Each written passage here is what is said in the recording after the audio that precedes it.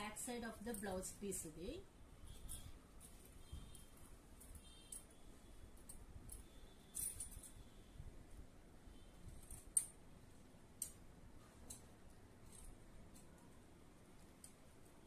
Mark చేసిన line మీద cut చేయాలి.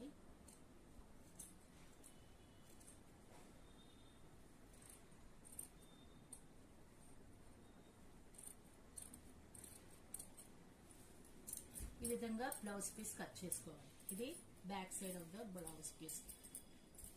బ్లౌజ్ పీస్ కుట్టే ముందే ఇక్కడ 2 క్లాత్లు వేస్ట్ మెటీరియల్స్ 2 ఏమొచ్చి దీనికి 1.5 ఇంచ్ క్లాత్ ని ఇక్కడ పెట్టి